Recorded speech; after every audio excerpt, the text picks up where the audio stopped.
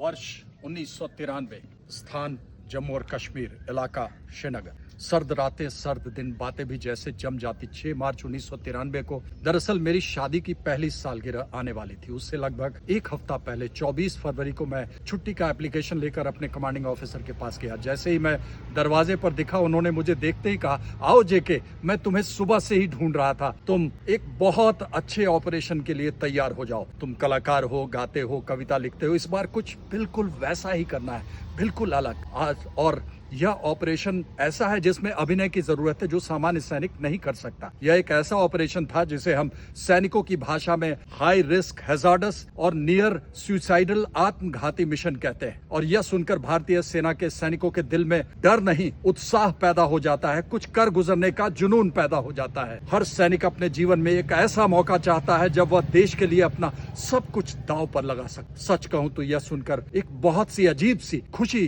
दौड़ गई मेरे अंदर, और मैंने चुपचाप अपने हाथ में रखा हुआ छुट्टी का एप्लीकेशन जेब में रख दिया। उस दिन मैंने छुट्टी की बात अपने कमांडिंग ऑफिसर से की ही नहीं। मिशन पर जाने से पहले उस दिन मैंने 2 चिट्ठियां लिखी, एक ही कागज पर।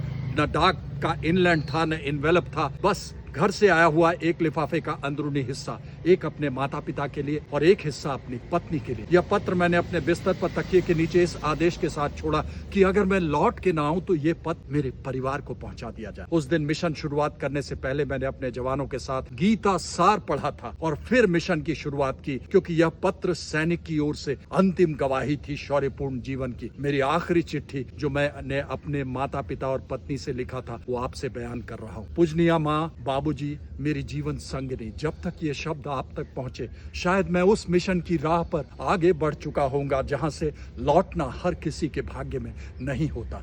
ये कदम मेरे उस वचन का है जो मैंने तिरंगे के सामने लिया था। आज समझ में आया कि मेरा जन्म अपने लिए नहीं हुआ था। ईश्वर ने, आपने, इस देश की मिट्टी ने मुझे इस पवित्र मातृभूमि की सेवा के लिए भेजा था। और आज मुझे वही घड़ी, वही अवसर मिल रहा है जिसके लिए एक सैनिक पूरी जिंदगी तैयारी करता है। हर सैनिक अपने जीवन में एक ऐसा मौका चाहता है, एक ऐसा मिशन चाहता है जब वो अपना सब कुछ देश के ऊपर दांव पे लगा दे। यह मेरे जीवन का सबसे बड़ा वरदान था कि जिस घड़ी राष्ट्र ने पुकारा, मैंने पीछे मुड़कर नहीं दिखाया। माँ, मेरे जाने के बाद दरवाजा यूं ही खुला रखना, क्या पता किस हवा के साथ मेरी यादों को साथ लेकर के आ जाए और मेरा प्रणाम, मेरा सलाम बनकर वो यादें आपके चरणों में सदैव ठहर। मेरी जीवन संगिनी नीतू, तुमसे बहुत कुछ कहना था, पर आज शब्द भी भीग गए हैं और साथ नहीं दे रहे। तुम्हारे हाथों की मेहंदी का रंग मेरी वर्दी की शान है। तुम्हारे सिंदूर की लाली ही मेरे साहस का सबसे उजला रंग है। तुमने मुझे सिर्फ जीवन साथी नहीं बनाया, तुमने मुझे हर हाल में एक सच्चा सैनिक बने रहने की ताकत दी। 1 साल में तुमने मुझे जितना प्यार दिया है, उतना प्यार शायद किसी को 100 सालों में भी नहीं मिलता। मैं तुम्हें हमेशा याद रखूंगा। मेरी हर सांस में तुम्हारा नाम बसा है। मेरी आखिरी सोच में भी सिर्फ तुम ही होगी। काश आखिरी बार तुमसे बात कर पाता, एक बार के लिए ही सही आखिरी बार तुम्हारा हाथ थाम पाता। पर मेरे जाने का शोक मत करना, मेरे होने का गर्व करना। अगर मेरा शरीर लौटे तो उसे आंसुओं से नहीं, उसे सलाम से विदा करना, क्योंकि उस दिन एक सैनिक नहीं मरा होगा। उस दिन भारत थोड़ा और अमर हुआ होगा। कुछ लोग लौटते हैं जिंदगी लेकर, सैनिक लौटता है कीर्तिमान गढ़कर, इतिहास रचकर। अगर कोई हवा तुम्हारे कपड़ों को छूकर निकल आए तो मुस्कुरा देना, क्योंकि शायद वह मैं ही हूं। आज भी तुम्हें देख रहा हूं और कह रहा हूं, मैं यही हूं, तुम्हारे पास, तुम्हारे पास, इस देश की हवा में, इस मिट्टी में, इस धरती में, इस गगन में। अगर कभी रात मेरी यादों से भारी लगे और आंखें अपने आप भर आए तो आसमान की ओर देखना।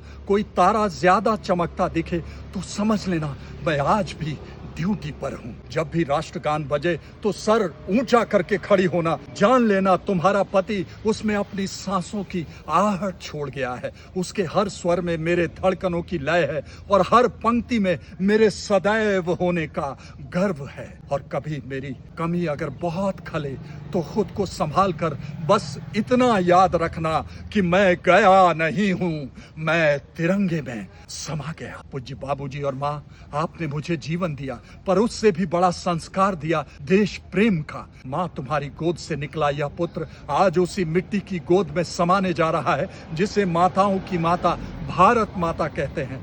माँ, आपका बेटा आज भी वही है, बस उसकी गोद में खिलौनों की जगह बंदूक है। आज अगर आपका बेटा मुस्कुराते हुए उस रास्ते पर बढ़ रहा है जहां मौत भी सम्मान लगती है, तो यह मेरे साहस की नहीं, आपके परवरिश की ताकत। अगर कभी मेरा नाम इतिहास में लिखा जाए तो उसके साथ स्वर्ण अक्षरों में आपकी परवरिश भी लिखी जाएगी। इसलिए मेरे लिए आंसू नहीं, सिर्फ आशीष चाहिए, आशीष, क्योंकि मैं अंत की ओर नहीं, अमरता अनंत की ओर बढ़ रहा हूँ, जहाँ बलिदान जीवन से भी बड़ा हो जाता। माँ, आज तुम्हारी लोरियों की जगह गोलियों की आवाज होगी, लेकिन तुम्हारा बेटा अब भी उसी साहस के साथ सोएगा, क्योंकि सैनिक मरते नहीं, बस इतिहास के पन्नों में अमर होकर। अगर आज मैं लौट कर न आ सका तो किसी से ये मत कहना कि मेरा बेटा चला गया, बस इतना कहना कि मेरा बेटा वहां है जहां भारत माता के हर सच्चे सपूत को होना चाहिए। और अगर लौट आया तो यह जीवन फिर से